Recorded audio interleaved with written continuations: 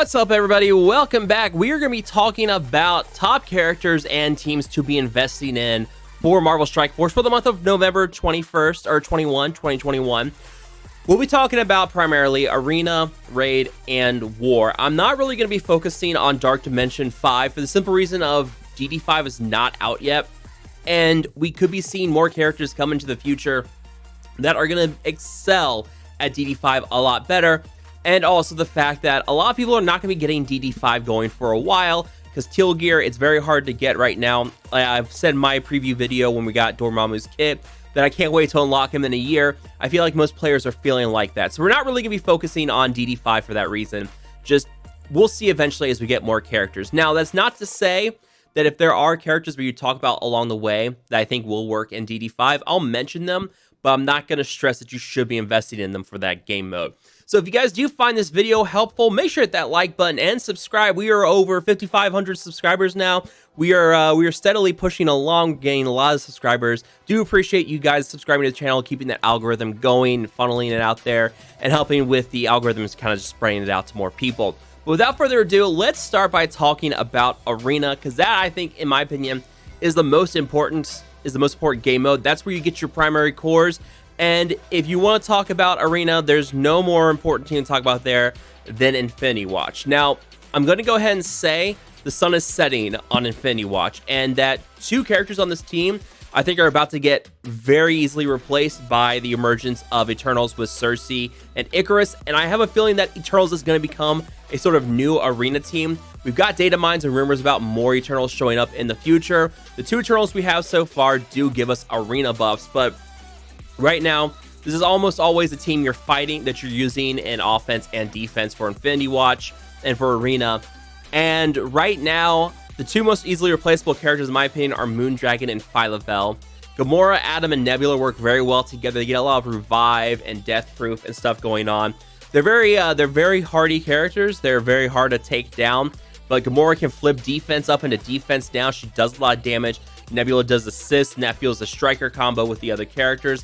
Adam Warlock, Adam Warlock has stuff that kind of brings everything together. He has a stun. He can prolong negative effects.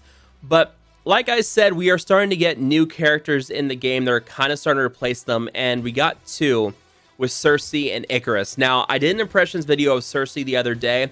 I said right now she's good, but she's kind of lacking the presence of Icarus. With Icarus, she's much better. You're going to see a dominant duo here, a very dynamic duo with these two. With them together, they can reduce speed bar on the enemy team by 50%. They can flip positive effects into negative effects on the enemy team. They can take your negative effects and put them as positive effects on your side of the field. So they're a very good combo. These two, I think, are going to be very easy to use in Arena. And I should mention that they get a lot of Arena buffs too. You know, they're applying defense up to their team. In Arena as well, or Dark Dimension, they are gaining bonus damage. Icarus and Cersei both increase their damage by 25%. So 50% damage boost for these two while they're together on the same team. And like you just saw with Dark Dimension, I do think these two characters will be very powerful in Dark Dimension. They have Terminator removal. They are able to steal buffs, flip buffs. Yeah, they're just going to be a very powerful duo. I do think they will be very good characters to have in DD5. So I will probably be taking both these characters up to gear tier 16 when they can. But also a side note, they are very easy to take up to tier 15. Cersei especially, she only used 900 SBCs, which is absolutely incredible. And Icarus, I haven't looked at his gear yet either, but I think he is also very easy to gear up as well. In fact, I'll look into it while we are doing this video. But Cersei was incredibly easy. I was surprised with how little orange gear she needed to get in to tier 15. So I was pleasantly surprised by that, and I am looking up. So for gear 14, he needs 500 SBCs, and another 300 for 14, and then at 13 he's 120. So he's about 1,000 SBCs, which is about normal, but overall about 1,900 SBCs total take these two characters up to gear tier 15, which is rather cheap. So if you are investing the SBCs in them, these are two characters that you're going to get a very nice return on for them in Arena. I do think they're also going to be a dynamic duo for War as well. I'm eager to do some testing with them there, and I'm curious to see how they do in the Mystic nodes for Raid 2. But right now, they are going to be arena-based characters. Keep an eye out for more Eternal characters in the future. But these two, Cersei and Icarus, plus Nebula, Gamora, and Adam Warlock, I think that's going to be a go-to arena team, at least for a while. And we'll see what happens. We have plenty more Eternal characters out there, like Gilgamesh, Sprite. We'll see what characters they do bring to MSF for this Eternals, and we'll probably see a new dominant Eternal team for Arena here in the future. But yeah, I would recommend stop investing in Nebula, or sorry, in Moondragon and Phyla-Vell, and focus those resources into Cersei and Icarus instead, because those two are going to work very well with the other three Infinity Watch characters in Arena. So let's move over to raids, and let's start by talking about Mystic. And right now, I'm using Silver Surfer, Dr. Doom, plus the new warriors of Cloak, Dagger, and Deathpool in the Mystic raids for Doom, and I really, really love it. I know people use Adam Warlock. I like Doom, especially in Doom 2.0, because while you do have Dagger with her healing, Doom with his ultimate, you're going to get that ultimate off quite a bit. That is basically an emergency heal. And for me, because I have a 2 red star Cloak who basically gets killed the moment anybody looks at him, having an emergency heal on hand with Doom and be able to use that to heal Cloak back up and save that raid healing energy has been very helpful for me. The stun on Adam Warlock is very good, but there's so much control already with Surfer and Doom and then my 3 new warriors that I'm not really using Adam there. Now, Adam, you're going to use him in Arena, so you can double dip here. So I do see why people use him over Dr. Doom. It's just for me personally, I like Doom better. Plus, I do use Doom in the tech nodes as well for the Doom raid.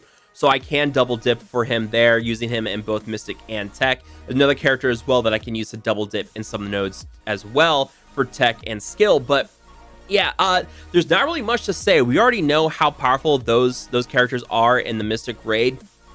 I am curious to see how Cersei and Icarus will fare in the Mystic raids once we get them unlocked. Again, there's a lot of like Terminator removal and flipping and everything that you use them in combination with Cloak and his passive with the offense down, reducing speed bar. I am curious to see how that's going to work. I don't know if flipping offense up into offense down technically does trigger the speed bar reduction, but we'll see how that works. But yeah, I mean, this is just going to be one that yeah, I mean, there's not much to really go over in Mystic at this point.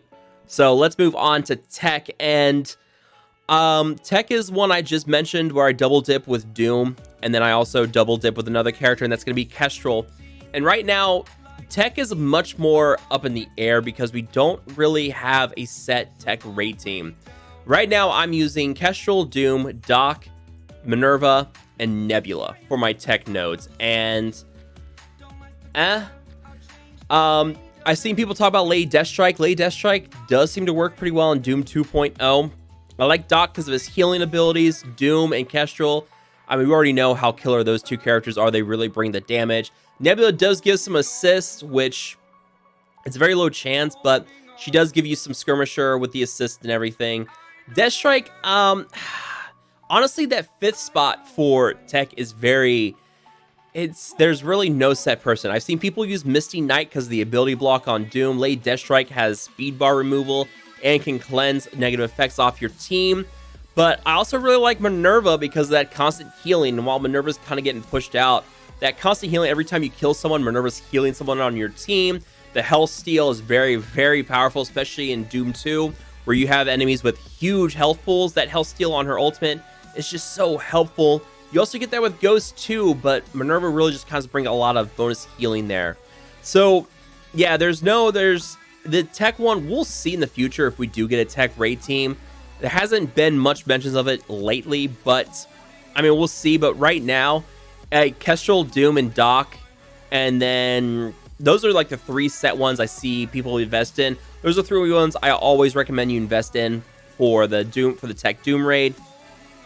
And then take a combination of Deathstrike, Misty, Nebula, or Minerva for your other 2 spots. Those are my recommendations. Ghost does help with like the speed bar removal, but yeah, I mean, choose one of these 5 ladies here for the other 2 spots in your Tech nodes. Now, moving on to bio. This is one where people like to poo-poo on symbiotes, which is totally fair because in Doom 1.1, symbiotes are terrible. But thankfully, Scopely tuned Doom 2.0 to be much more helpful for symbiotes, much more tuned for symbiotes, so they're not a huge liability. So I don't think we're going to be seeing a new bio raid team anytime soon because symbiotes work so well, but Carnage, Symbiote Spider-Man, Scream, Anti-Venom. I love my the 7 red star Anti-Venom has been a godsend for me. And then Venom. Now, from what I've heard from people who've played symbiotes in the Doom raid, you really want to push for level 85 on them. You don't have to take them to gear tier 15, but that level 85 bonus with the health, damage, all those big boosts you get from leveling up helps make them a much more deadly team. I'll be taking a few of these characters up for Dark Dimension anyways, like Symbiote Spider-Man, Anti-Venom are both characters I'll be taking up to DD5 most likely for city nodes. And Carnage, maybe. But Scream and Venom, I'm not really going to worry about them for DD5 right now. But yeah, the trio of Carnage, Anti-Venom, and Symbiote Spider-Man are pretty powerful. But yeah, try to push for level 85 on these guys to get those bonuses on them. Those stat bonuses are very, very important. So you don't have to go for tier 15, but at least going for level 85 on them will be helpful. If you are using them in DD4, I mean, you would be taking them to tier 15 anyways. But yeah, I wouldn't really stress out gear on them too much past 14. Just take them up to level 85 and you'll be fine. Now, let's move on to mutants. And for raids, I mean, the obvious team to use is going to be Astonishing X-Men. Yeah, they're a go-to team for Doom 1. They're a go-to team for Doom 2. Now, the one thing I did find in my testing with Omega Red when we had early access is that Omega Red is very, very good in that final boss node with Doom because of his ability to apply trauma. And that trauma is very helpful because that allows you to land stun on Doom with either Jubilee or Iceman, and because that trauma is present, Doom cannot remove the stun. So with him not being able to remove that stun, it makes that mutant node much, much easier. But your Astonishing X-Men are already really good in Doom because of some of the nodes there. Like Hela has Greg, there's a multiple man on the second node, and you just keep killing those minions. You gain the speed bar. Astonishing X-Men, hands down, best raid team to go for mutants. Don't worry about X Factor. Don't worry about like your Marauders. Don't worry about any of that. Work on your Astonishing X-Men because that's who you want to be leveling up. And if you want to bring Omega Red in for that final boss node for Doom to help you under control, that's fine, but you can still get by it without having to worry about Omega Red. You just retreat once Doom pops his ult, then you come back in and just finish up the rest of the fight. So, yeah, I mean, that one's not really much to cover. We already knew about that one. So what do we have left? Well, we have skill, and we already have a solid raid team there with your skill characters, and that is Secret Avengers, Maria, Captain Sam, and Sharon Carter. All of them very good skill characters. And then my other two spots, I use Shang-Chi and I use Kestrel, and I will never regret using those two characters. Very beefy characters of mine. I mean, the 6 red star on Shang-Chi. Now, Shang-Chi is part of Heroes for Hire, which is still like the meta defense team, though it's kind of getting knocked down in power a little bit by the emergence of Omega Red. But he's still a very, very good character outside of your war defense meta. So he's a character I have no regrets investing in. I will probably take him up to DD5 as well, because he hits like an absolute unit. His ultimate's great for removing speed bar, and his passive will heal him and also give him clear negative effects and give himself counter and give him a 50% speed bar boost. So this is a character I will not regret taking up to DD5. He's a city character, so probably like Symbiote Spider-Man, Anti-Venom, and then Cloak and Dagger also as well, plus Shang-Chi. I think maybe my city team for DD5. We'll see. But yeah, I mean, Secret Avengers plus Kestrel and Shang-Chi, absolute murder. There's been no problems with using them in the Doom raids. Kestrel is a counter to Doom anyway. She will block his summons, so it's not a big deal if he pops off his ult. He's never going to get off his special. because Kestrel is just going to block all the Doom bots. So nothing really much to say there about skill. Let's move on to War, and I already mentioned them, and we're just going to go ahead and talk about Heroes for Hire. This is the War defense meta. Best defense team that you have right now. And while Weapon X is here, there's not a widespread use of Weapon X yet. We will probably see Omega Red in another 3 to 4 months. So we have a little bit more time of this team to work. I am curious to see what they're going to do with Eternals, if they're going to make Eternals like a soft counter to this team, possibly.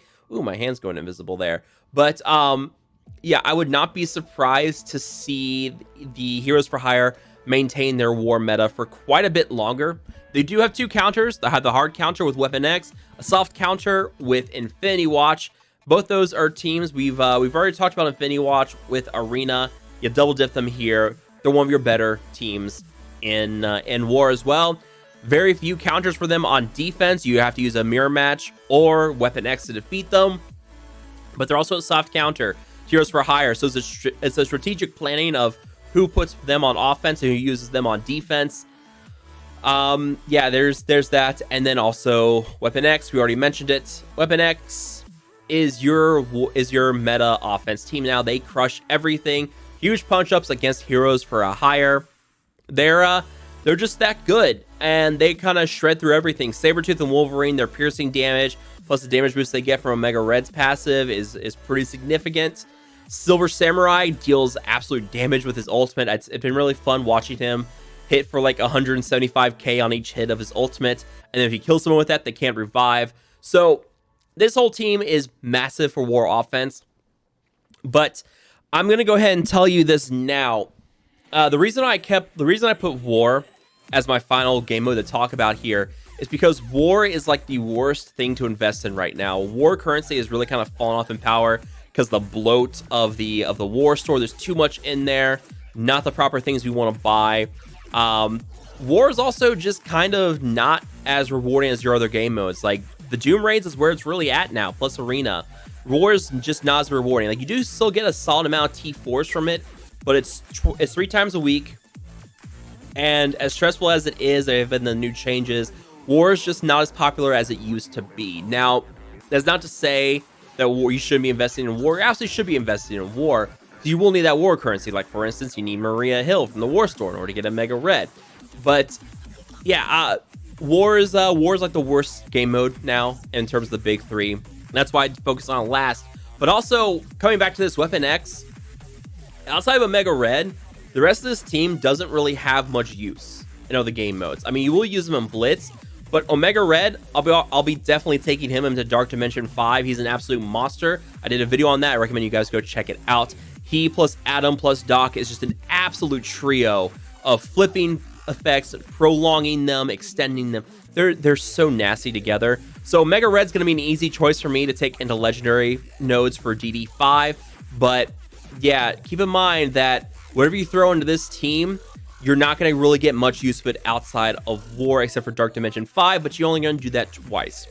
Now, in terms of other teams, we've already talked about 2 other teams, Secret Avengers and New Warriors. Both those teams are going to be very good in War, very good on offense. I've seen a lot of Secret Avengers on defense.